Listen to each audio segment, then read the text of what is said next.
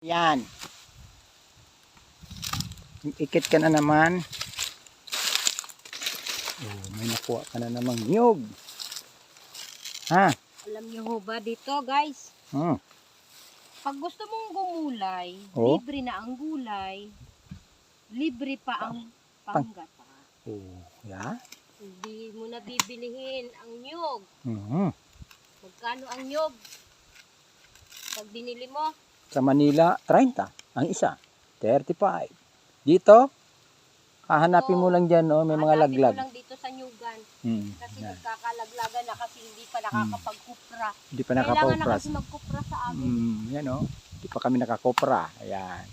Kaya si Jasper, tutulong yan sa pagkupra. Kaya ako, tutulong sa pagkopra. Ayan, taong bukid muna tayo. Para meron din naman siyang makuha. Pag Ayan, hindi siya tumulong, wala man siyang makukuha. Wala akong magiging partida pag hindi ako tumulong. Kailangan tumulong sa pagkopra. Ang dami niyan. 2 hektarya yan, oh. Nagtataas na pati yung bangyog. Dami ng mga laya, oh. Naglalaglagan na. Naglalaglagan na siya. Naglalaglagan na ang nyug sa amin. Ito na, guys.